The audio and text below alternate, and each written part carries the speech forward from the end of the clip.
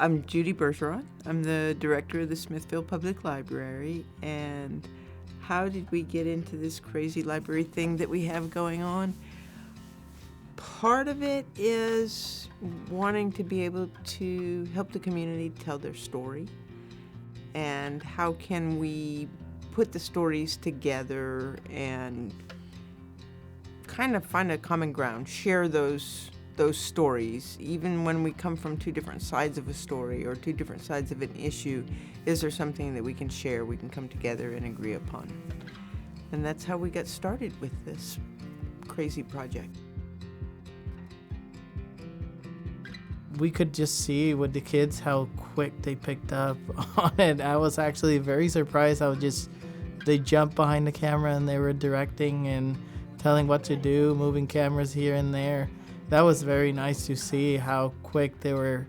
I mean, literally, you barely gave them some guidance and they were already moving things around and kind of directing and telling what to do. And that was very funny.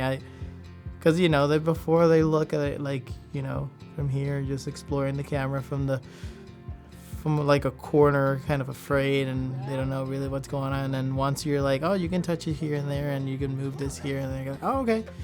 And that's it. That was it.